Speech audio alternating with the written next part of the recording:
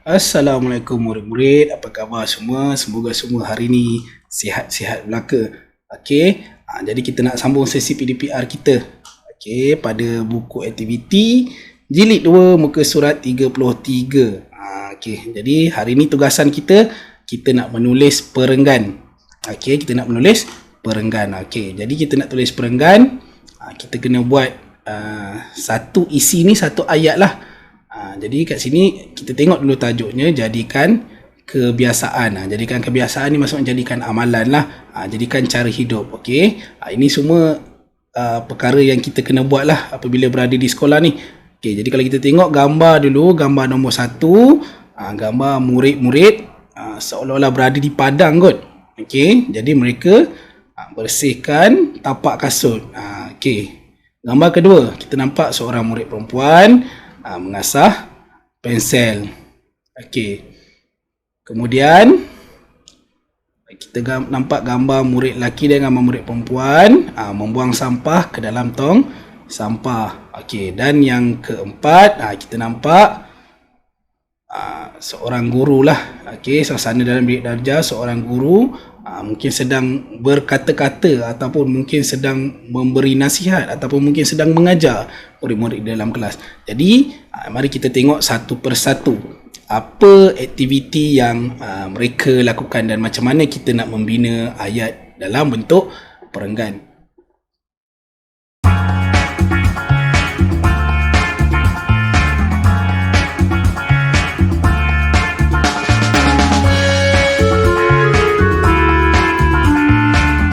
Jadi kalau gambar nombor 1 tu kalau kita tengok dia bagi isi ataupun dia bagi rangka di situ, balik ke kelas, bersihkan tapak kasut.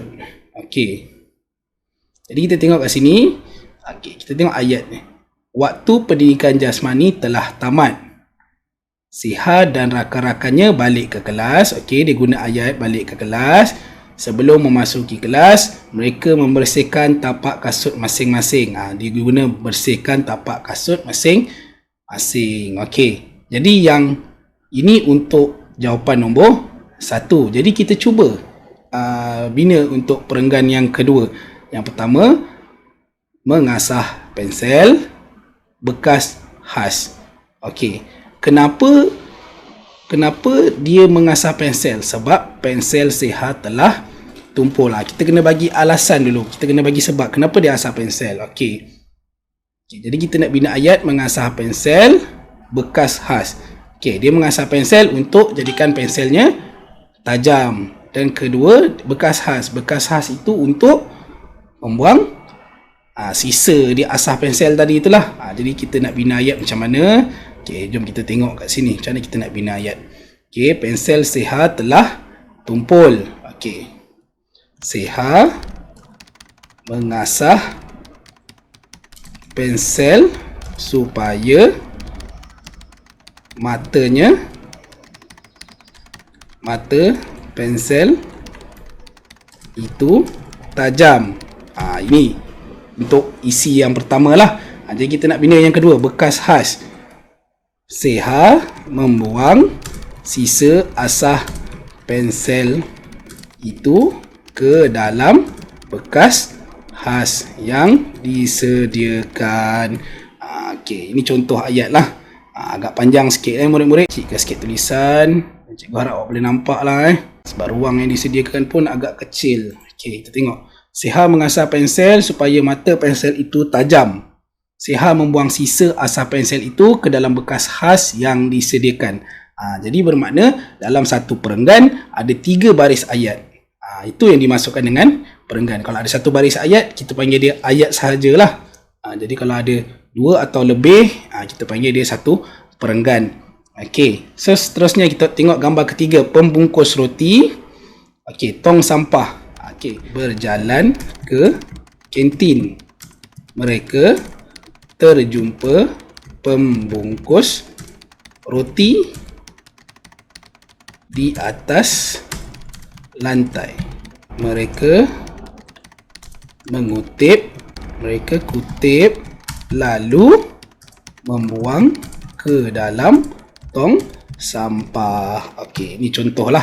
Okey, ini contoh ayat yang sesuai untuk digunakan. Okey, kejap cikgu tukar tulisan. Kita tukar lagi. Okey. Kita ada berapa baris ayat? 1, 2, 3. Jadi kita ada 3 baris ayat kat sini lah untuk perenggan ni. Okey, seterusnya kelas bersih, tiada sampah. Okey. Jadi kita nak ceritakan suasana ni macam mana kita nak mula. Kita bagilah nama cikgu. Okey, kita bagi. Cikgu ni dia buat apa? Dia masuk ke dalam kelas. Cikgu Aini masuk ke kelas 2 Amber. Beliau memuji keadaan kelas kami yang bersih. Beliau juga berpuas hati kerana kelas kami tiada sampah. Okey, jadi macam ni lah kita nak buat ayat.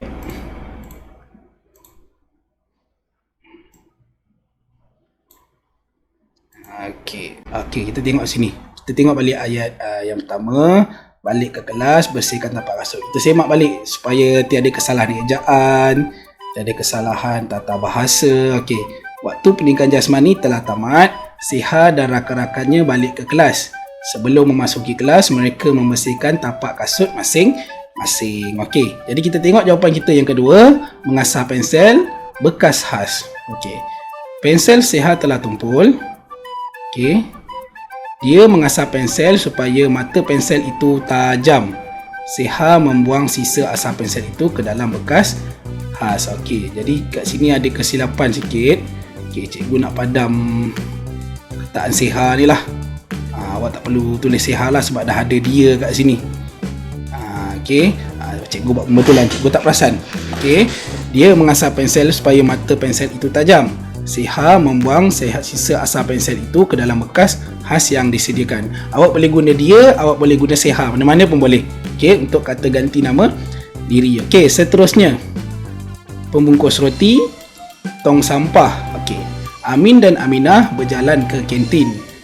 Mereka terjumpa pembungkus roti di atas lantai. Mereka kutip lalu membuang ke dalam tong sampah. Okey, dapat Okey, dan yang terakhir, kelas bersih, tiada sampah. Okey, kita cerita tentang cikgu ni lah. Cikgu Aini masuk ke kelas 2 Amber. Beliau memuji keadaan kelas kami yang bersih. Inilah kelas bersih. Okey, beliau juga berpuas hati kerana kelas kami tiada sampah. Okey, jadi alhamdulillah kita telah selesai menyiapkan tugasan kita untuk hari ini. Okey, jadi murid-murid, jika ada soalan boleh tanya pada cikgu. Jangan lupa like, subscribe, share dan komen di ruangan YouTube cikgu. Okey, sehingga kita bertemu lagi pada sesi PDPR akan datang. Cikgu ingin ucapkan selamat bercuti pertengahan penggal. Okey, pada minggu hadapan. Okey, sekian sahaja daripada cikgu. Kita jumpa lagi pada sesi akan datang. Assalamualaikum dan terima kasih. Bye bye.